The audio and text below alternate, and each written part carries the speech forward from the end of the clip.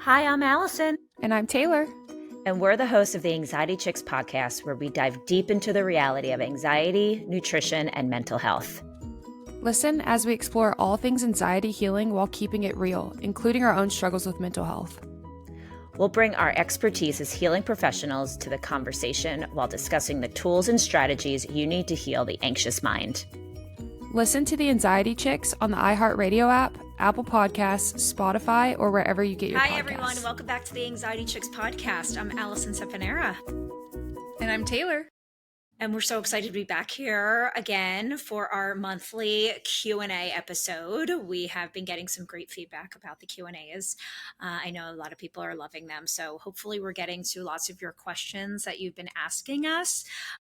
We can't get to every single one, of course, every episode, but we're trying our best. So I have some really good questions today. I'm really pumped for some that I think haven't actually been asked before. So I'm excited. Should we just dive in? Let's do it. All All right, right. I will. Yeah, you go I'm going to ahead. go first. This one definitely pertains to November, which this is the November Q&A. How do you handle anxiety when the weather changes and the days get darker? This has been something that I think I've been thinking about the last couple months because I know it's almost here. And I get so spoiled by summer and it basically just being light till what, like sometimes like 9 p.m. And that is such a nice thing for me because I love light.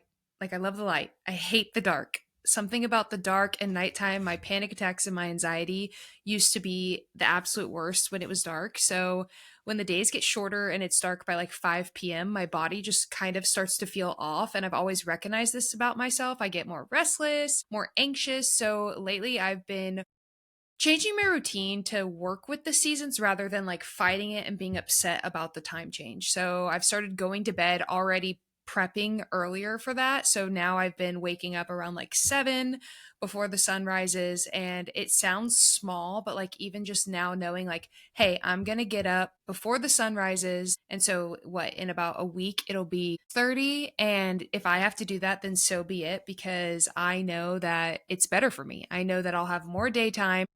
My body will automatically want to go to bed earlier, so that's less dark time. And I just have to change my schedule because I know that if I wake up at 9 a.m.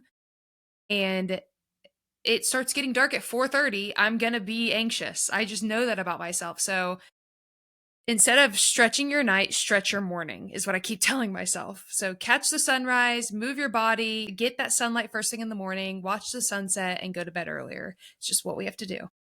I love that. I love that. I think I need your help, Taylor, because I have such a hard time going to bed early because my schedule is so crazy. And I know you know this as like a fellow entrepreneur.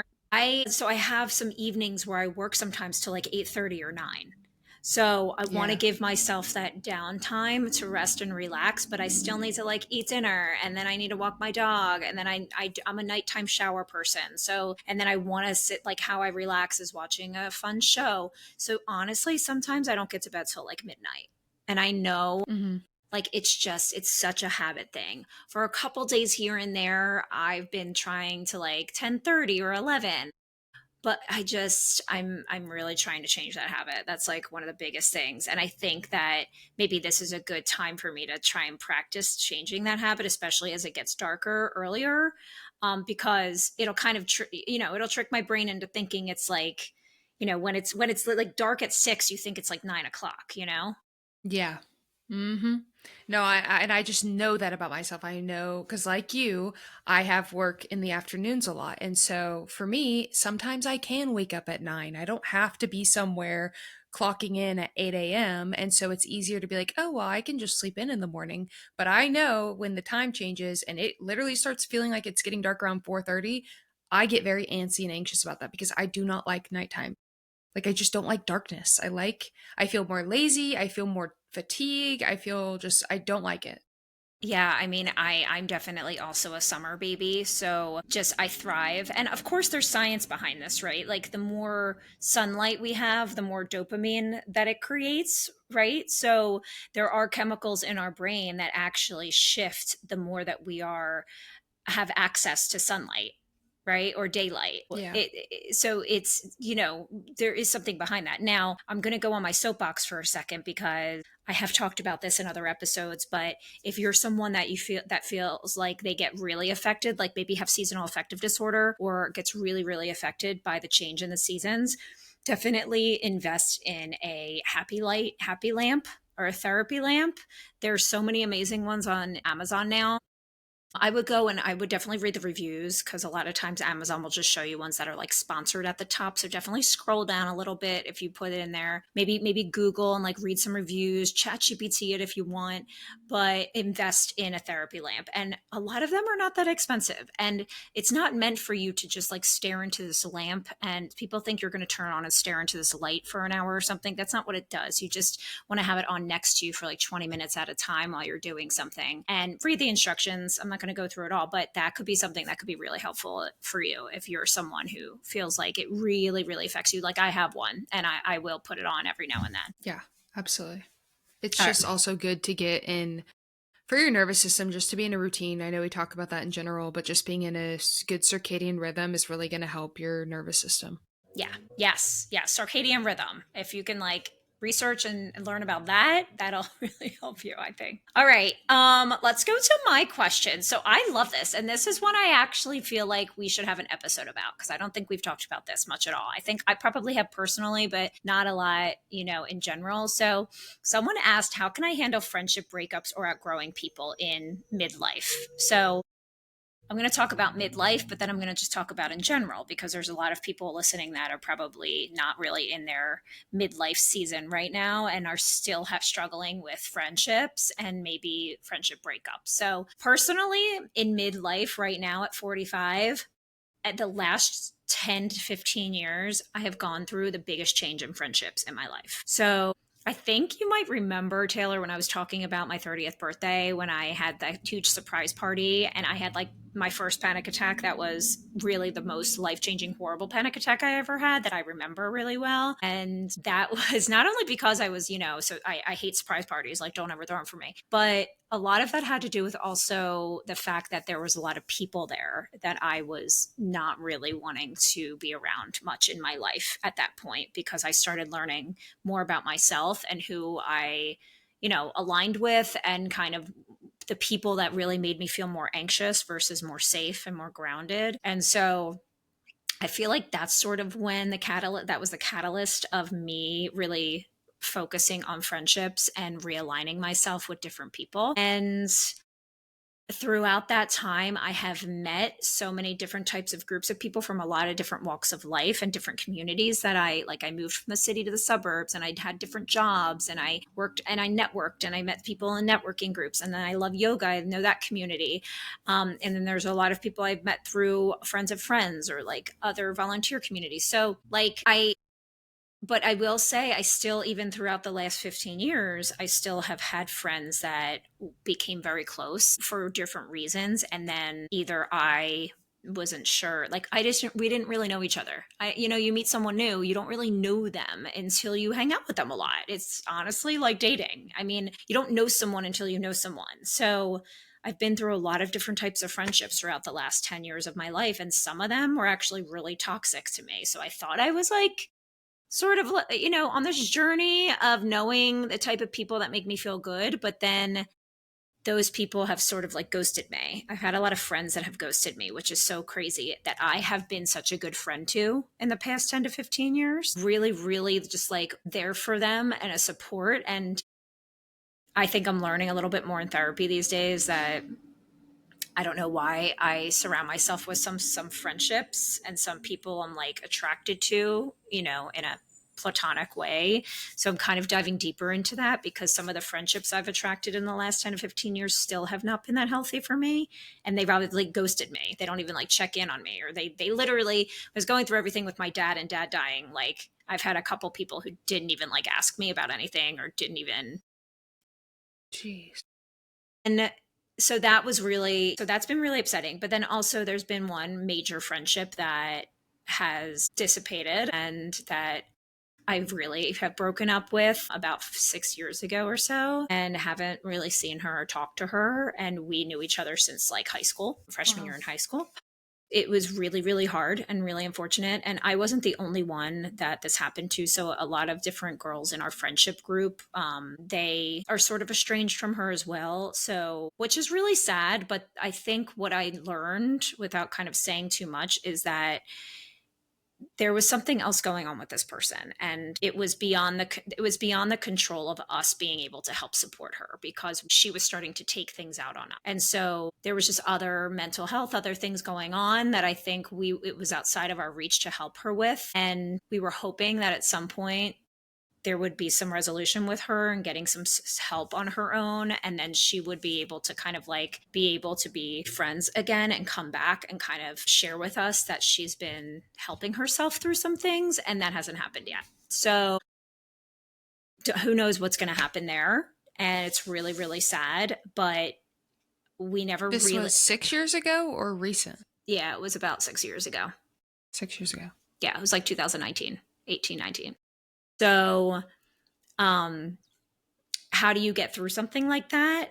I mean, to be completely honest, it was a very toxic type of friendship. So I have felt a lot less dysregulated since she's hasn't been in my life. And she's not a bad person. And I don't, and anyone who's listening to this, sometimes friendships are, it's just like dating. You're not compatible with somebody. You're just not compatible. And it's okay to acknowledge that. It doesn't make you a bad person if you need some space from somebody else. Now, what's really hard is having conversations about it. So it can just be, it's even harder than someone you're dating, because dating, you're just like, well, I don't think I'm into you, whatever, you talk about that. With friendships, it's like, you don't want to make the other person feel bad, but really, it's just about you feeling compatible, and trying to just be honest with the person. But let me tell you, if you need a break from this friend, then the conversation is probably not going to be all nice and roses and rainbows, right? It's almost like when you set boundaries with someone, you almost have to prepare yourself that that person's going to be angry with you, because that's the reason you're setting the boundary in the first place. You know what I Right. mean? So I would just say, be patient with yourself and just be very, very, be okay and be very secure with the fact of knowing when someone makes you feel safe or not. Is someone making your nervous system feel dysregulated when you're around them or not? And if so, you do need to navigate towards setting boundaries or trying to set a breakup and slowly starting to distance yourself, and maybe sending a text at some point and recognizing, like, being honest and helping them recognize that you need a little bit of a break. And also maybe like at some point coming together and seeing if you guys can have a conversation about what was going on for you. If that person can't listen to you and they're becoming defensive and they're toxic, then you need to break up with a friend. I mean, that's it. Hopefully they can work on themselves, and you can. I don't think if you break up with a friend that friendship is over forever.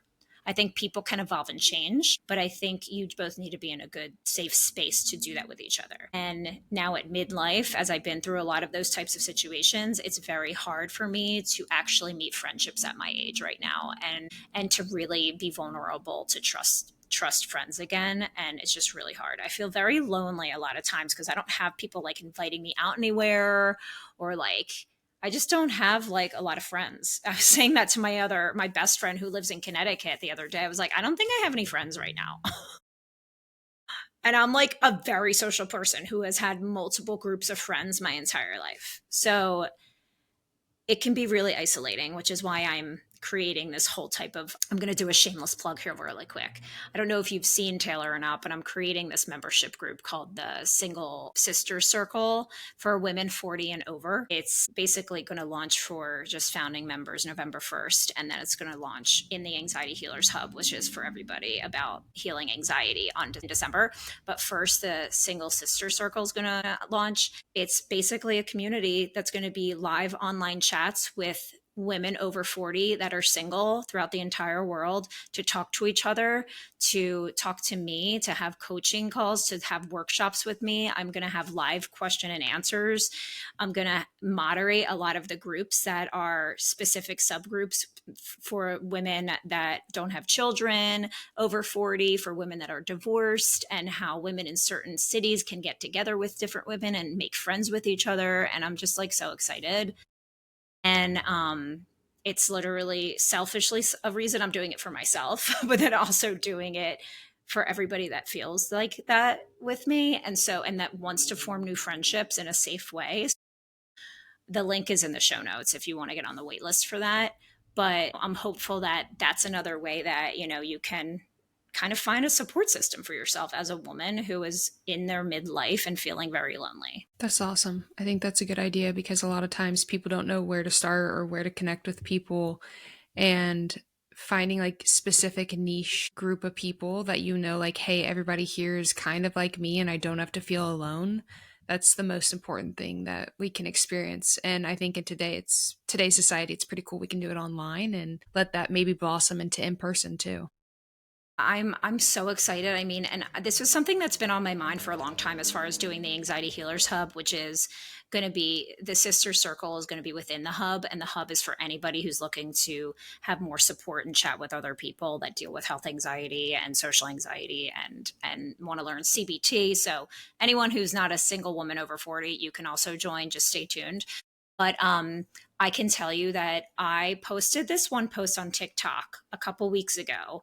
Just I was like driving and I thought to myself, gosh, I have been feeling so lonely. Like what do women do that are single at my age when they feel lonely to help themselves? And I literally just made a TikTok so quick and I was like, women over 40, what do you do when you feel lonely? And I have almost like 2,700 comments in this on this one TikTok of women saying what they do around the world and saying where they're from and wanting to talk to the other women that are commenting and saying hi to each other. I'm like, oh my gosh, ladies, we all need to like be friends. This is crazy. So there's a lot of us out there. And I'm just really excited to meet and connect with all these women. So definitely look in the show notes and get on the wait list for that if that sounds like you. That's awesome. Okay, next question. How do you stop checking your pulse or health tracking apps when you know it's feeding your anxiety? I think that first off, it's pretty amazing that you're recognizing that, like, hey, A plus B equals C. Because I think a lot of times, I know when I first was doing everything, I thought, oh, I'm monitoring myself. Like, it's a good thing. And then I got to the point where I'm like, okay, hang on, let's really think about what we're doing and if we're feeding the anxiety. And I realized I was feeding anxiety. So this one really hits home for me because if you're checking your pulse or checking your heart rate on the Apple Watch, I mean, we are given so much data nowadays on our metrics and we can basically follow every single heartbeat and breath we take. It is not good for us, I would say, because we are not medical doctors. It does with most people. It starts with wanting to stay aware, but it quickly can turn into a loop of obsession. Every time I was checking, I had to recognize I was checking to find safety in numbers, but numbers will not give you peace. It's more of a reassurance loop, and I had to recognize that I was in that loop. What helped me break it was realizing that every time I checked, I was teaching my brain something's wrong, we need to monitor. You might not think you're teaching your brain that, but every time you go and check that, you are reaffirming your brain that, okay, we checked and we beat danger. We checked and we beat something happening. It's a good thing we checked. So instead of calming me, it was keeping my nervous system in that state of constant alert. So the first thing I did was set like an intentional data boundary because I do love my Aura ring and I'm at a place truly in my anxiety and health anxiety that I don't obsessively loop on it. I really like the Aura ring. I have used the Aura ring to actually help my sleep hygiene, I guess you could say. And so for me, it's like I only check first thing in the morning. And if I go use like a meditation or breath work within the app, I'll use it then. But other than that, I had to set just an intentional data boundary. I'm not allowed to go run rampant on checking throughout my day. I know that that's never good for me. I know that that feeds nothing. So setting that boundary is important for me. However, if you're somebody and you find yourself looping, and you just can't stop thinking about it, you need to get rid of the devices for a little bit. I had to do this. I had no Apple Watch, no Aura Ring. When I was having panic attacks all the time, I knew I couldn't have it. So I literally had to get rid of them. And that's tough. But if you literally get it out of your house, it's kind of like when people are making changes with their diet. It's probably best to not have it in the house. If you don't have it in the house, the temptation's less. So getting those things out of the house would be ideal. If you're somebody who's like, I'm listening to this right now and you're right. I obsessively loop. It's feeding my anxiety. It is not benefiting me. I know I need to make a breakup with these devices. It's time. Maybe sell it or give it to a friend or I don't know, have somebody put it in the safe that you can't get into, but just for now, until you get to a place where you're like, okay, I feel like I've done a lot of work on my anxiety. I'm going to set this intentional data boundary and I'm able to follow through with it, then that's a good time for you to go back to it. Yeah. But I think that these apps and devices and stuff definitely are not good, detrimental to people who struggle with health anxiety Yeah. Well, and because the we are thing not doctors. Yeah, and I mean the thing is too, you have to think of like in the clinical sense, when you're checking something and it becomes, right? That is something that's another reason that, the behavior is feeding the thoughts, right? And then it's feeding like it's like a cycle, right? And then it's feeding the behavior again. So someone who struggles with OCD might completely understand this because the thoughts are so obsessive that they think that these compulsions is what does actually in the short term relieve them a little bit, but then it creates this whole cycle in the long term that creates all different types of behaviors that make life on a daily basis very difficult to even live or find joy from. So I think I loved your idea of, slowly trying to expose yourself to life without it. And that's kind of the essential goal of exposure therapy is to start exposing yourself to life without the compulsions, right? So what would it look like if you didn't have your phone for 5 minutes, right? And then some people have to start at a minute, honestly. I've done a lot of work with this. Some people have to start with putting their phone down next to them and counting to 30 or something, and then talking through what their body and their brain feels like when they don't have it because they feel like there's so much danger if they don't check it. So just start really slow. If you feel like it's very debilitating, of course, go see a therapist who specializes in ERP or exposure therapy or CBT. But, all of those ideas were really helpful, I think, yeah, of what you were saying. Just got to change the habit and you just got to know that you're safe and you don't need to give into those behaviors. You just have to really evaluate yourself and your relationship with data. And because I'm a data nerd. I'm a nerd at heart. I am a health major. I It's what I went to school for. So it is interesting and intriguing to me. And so finding a healthy boundary, because I've done amazing things with my Aura Ring. I mean, I've literally used it to biohack in a lot of ways because that's intriguing to me. But back in the day when my anxiety was out of control, no way was it good. I had to recognize that I'm feeding patterns, I'm feeding the anxiety, and then telling myself, because I think a lot of times it's like, oh, we have to cut all these things out. And like I said, I'm intrigued by it.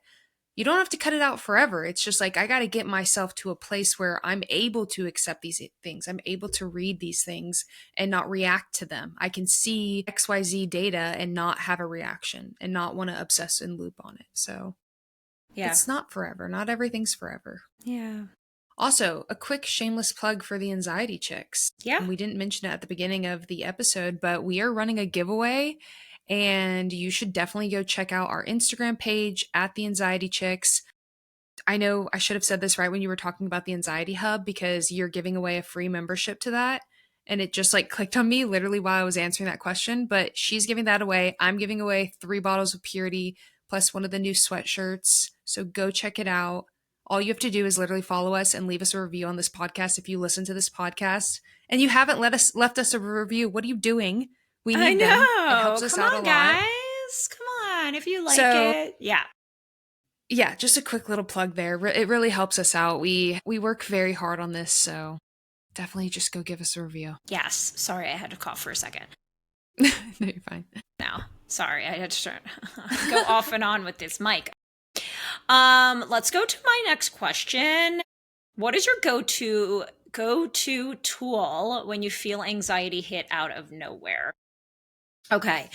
Um, this took a lot of trial and error for me as I was building my toolkit. When after even going back to that horrible panic attack I had, that's when I started creating my toolkit and just doing and learning a lot of different exercises that help regulate my nervous system and trying different things, grounding strategies, techniques, brain techniques, and anything that kind of like helped me in the moment sometimes. But the biggest, and I think I've said this before, but the biggest tool, like tangible tool thing that I can do that helps me when I feel I know I am like I can feel what my body's doing, right? So everybody's body responds when the fear center of their brain is activated. So there's always a physical response. And so it could be your heart's racing or your stomach hurts or you're sweating or you're short of breath or you get dizzy, right? There's all different types and it looks different for everybody. For mine, my stomach hurt. Like my stomach gets tight and tense right away and also my heart races. So one, breath work. Okay. That is the most important thing that I've learned that's actually helps every part of my body when I start feeling like I'm getting anxious. Now, this doesn't always help when I if I have a panic attack and I go from 0 to like a 9 right away. Your brain, it's going to be very hard to come out of that right away, right? Your brain is in a very irrational state at that moment. Your brain isn't thinking in the present. It's spiraling, right? And then your body responds to that. So with panic attacks, I've said this a lot before too, but like in the middle of a very in-depth panic attack that you're at like an 8, 9, 10 or something, you're going to need something to bring you out, snap you out of it. Whether it's, putting your face in water or like going outside if it's really cold, like temperature, or maybe you have some medicine you take when that starts happening. I've used a Xanax every now and then. And then you have to bring yourself back into your window of tolerance. And that's when you can start really the post panic attack self care is really huge too. But anyway, as far as if you know you're going from a 2 to 3, 4, 5, okay, and you know you're starting to feel these things, breath work, but practicing breath work on a daily basis and learning how to breathe from your belly, which is diaphragmatic breathing, and really starting to practice breathing from your belly every day, even when you're not anxious, is going to get you into the habit of breathing that way. So I automatically know now when I'm starting to feel my brain spinning or I'm starting to feel short of breath, it doesn't scare me anymore because I'm breathing a specific way that's getting oxygen to my brain. And so I stop what I'm doing and I stop what's around and I just notice what's around me. Of course, using your senses is huge. So noticing what's around me, I look at the colors, the shapes, I touch things, I describe what I see and what I feel. But I also breathe through my nose and then I breathe out through my mouth, but I take a longer exhalation. So if I breathe through my nose for like 4, I'll breathe out for 6 or 8. So, and breathing in that pattern is very, very important to slow your heart rate. Always exhaling a little bit longer than you inhale. So breath work is huge. And I only know how to do that when I start getting anxious now because I habitually have taught myself how to breathe in the way that helps. So that's the first thing. The second thing is progressive muscle relaxation. That's my go to. I've said it multiple times too, especially when I'm nauseous. You can do it anywhere. Google it, put it in YouTube, essentially tense every part of your body, each part of your body, not at once, but at different times. Like make a fist with your hands. You can see me if you're on YouTube. Make a fist with your hands and then release it. Scrunch your face up for like 5 seconds and release it. Scrunch your shoulders up and release it. Just tensing your muscles and releasing them is giving you the sense of what the release feels like. So you're essentially like tensing your muscles on purpose so you can feel the release. And once you feel the release, oh my gosh, you're just like, wow, like I can actually feel my muscles releasing. And it shifts something in your brain to make you realize you're safe and that you have more control over it. So those are my two go to. Hello. My mic was off. My mic was off. I Hello. was like, wait, why does no one hear me? Yeah, no, I love all of that. I think that you covered it perfectly. Okay. Next question. How do you handle the fear that a past symptom will come back, like you finally felt better, but you're scared it'll happen again? This is actually literally something I'm processing in therapy right now with EMDR because what I'm learning and what my therapist, like what my biggest thing is right now that I'm left with is I feel like I have not had a panic attack in years and years and years. However, it's this little, I like to call it to my therapist, elevator music of anxiety in the back of my head, just think of like elevator music, constantly saying, like, okay, but what if we go through what we went through again? That's like trauma. Like, I have clearly PTSD from all I went through. And I have this deep fear, deep, deep, deep down in my thoughts, in my subconscious, that it's going to happen again and that I'm going to go back to that place and be that person again. And I never want to go back there. So it's kind of just like elevator music. So for one, I really, really, really am enjoying EMDR. I think that that has really helped me reprocess my thoughts and reprocess just thinking patterns and changing them and reprocessing them and reprogramming them in my brain that no, that's done. That's the past. That doesn't have to be the future. That doesn't have to keep living with me. But the fear is so real if you're going through that because you've gone through something crazy. Panic attack is very scary. It's a weird health a symptom. Say you've passed out before and now you get dizzy and you fear passing out. Those are all valid feelings. Your body remembers these things and it's a very scary feeling when you go through them. Even after it's gone, part of you is still bracing for it to return. And you have that what if it comes back loop. What helped me was understanding that my nervous system wasn't trying to torture me. It was actually trying to keep me safe. And I think like just like teaching myself that this thing hurt us once, so now we need to stay alert. Like that's literally what your nervous system is doing. It's not trying to cause you harm. It's not trying to keep you anxious. It's just trying to keep you vigilant so that that never happens again because our bodies want to protect ourselves. So, like I said, if you're someone who's passed out and you fear passing out again, every time you feel a little dizzy, a little off, that's a familiar feeling of like, oh no, this is the precursor for what's about to happen. So, when that fear does come up for you, something I literally say to myself is, you've been here before and you've made it through. Like, actually saying these things to yourself, like your thoughts and what you say has so much power and weight, whether you believe it or not.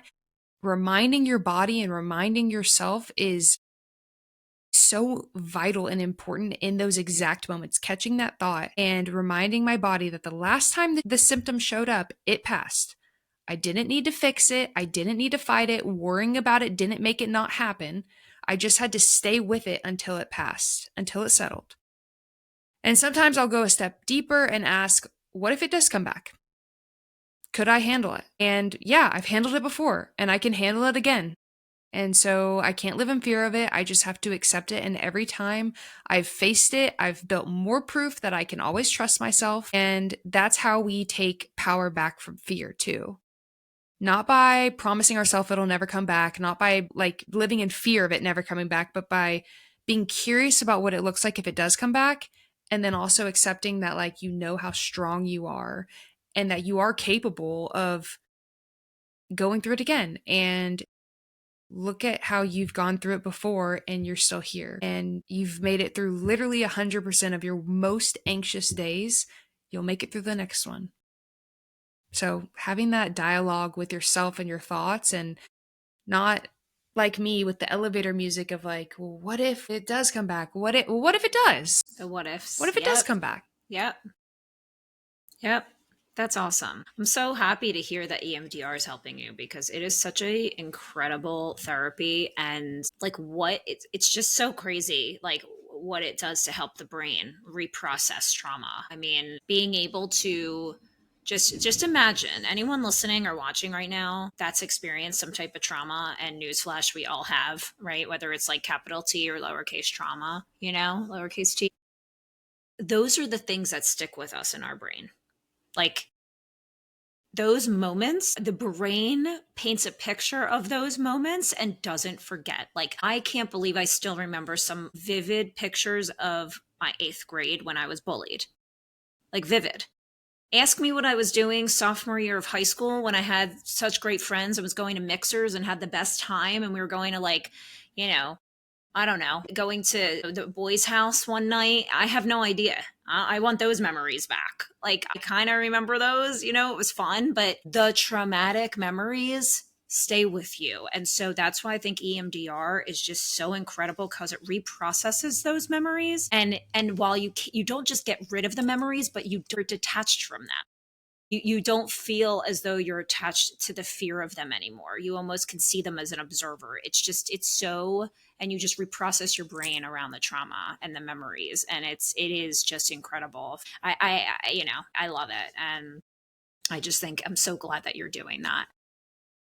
Yeah, it's definitely powerful, but I think you have to feel comfortable and safe with who you're doing it with.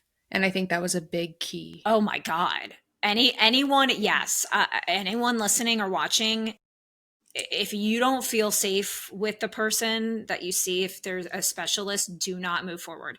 Any EMDR specialist, there's always a protocol, and they should never say, "Oh, you're great. You're a good candidate for it. Let's start right away." No.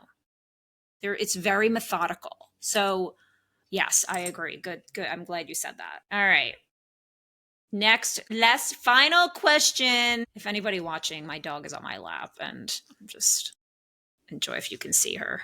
Say hi, Izzy. Hi. She had pancreatitis the last couple weeks. Did I talk about that? It was so scary. All right. What is my question? Where'd it go? Okay.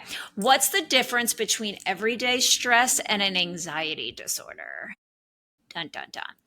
All right. Basically, I'm not going to make this long winded like my other questions. The biggest difference is, does your feeling of discomfort or whatever emotions you're having, of course, when you struggle with anxiety, it really is just like a debilitating fear or worry. Does it affect your daily life? And does it linger? So, if anybody listening or watching is struggling with their mental health and it's affecting their daily life, like they can't sleep, they can't eat, they are struggling going to work, or they're missing a lot of work, or they can't work, or it's messing with their relationships and they're isolating themselves, so they're withdrawing themselves from things, they're struggling with the daily life responsibility tasks like even showering or doing your daily responsibilities of cleaning and all that, you need to get evaluated. That is the bottom line. Everyday stress is something that really is temporary. You go through some overwhelming situations. You might ruminate a little bit. That's okay. You feel overwhelmed. You can feel the feelings, but you know what to do. You know how to process through it, and it doesn't last. You can move through the stress. And so the thing is too, with someone that has high functioning anxiety, that still is considered, an anxiety disorder. It might be harder for someone to diagnose or notice it, because if they're high functioning, that means they're just doing their daily life, right? But the fact of the matter is, it's probably still affecting some part of their life, because a lot of high functioning people are workaholics and they can't stop and they have trouble slowing down, and that's probably affecting other parts of their life too. So that's still something to pay attention to. If you're, pay attention to the relationships you have, or, the sleep and the eating part, all of that stuff, because it might be worth just checking it out and going to just get evaluated, or not even evaluated, but just talking to a therapist, going and finding and talking to someone and seeing, kind of getting a clinical perspective of your life and seeing if there's any insight into that. All right. That's it. Hello? Did we lose you again? Yes, I lost you for a second. Wait, I can't hear you. You can't hear me at all? Wait, there. I don't know, I went blurry. Okay, well, I hope you guys are still with us. I hope you can see us and hear us, because that was a great answer, I think. Did you hear my answer? I didn't hear the last part. I was like, what's happening? Come on. Okay, well, let's hope it works. And if not, we can just add it on to the next question. I mean, I can re-answer it if you want me to. I think it should be You fine. just cut out. Yeah, I think it's fine. I think this happens. Okay. I think this happens. This happens, guys. Yeah, Riverside has not been our friend lately. I know, but everything's been pretty good so far. Yeah. So you guys go rate and review and start looking at our show notes more, because we're going to have a lot of links in there for you. And I really want you to be a part of the Anxiety Healers Hub. So make sure you pay attention to that. And if you're not following me, follow me at the Anxiety Healer, and follow Taylor at health_anxiety, and follow the Anxiety Chicks. We'll have all new news and stuff coming up there. All right. Yes. We will talk to you guys soon. Okay. Bye. Bye. Thanks so much for hanging out with us today. We hope this episode reminded you that you're not alone and healing is always possible. If something we shared helped you, the best way to support the show is to leave a review or share this episode with a friend who needs it. And make sure you're following us on Instagram at The Anxiety Chicks for more support between episodes. We're just two chicks on our own healing journeys, cheering you on every step of the way. Until next time. Take a deep breath,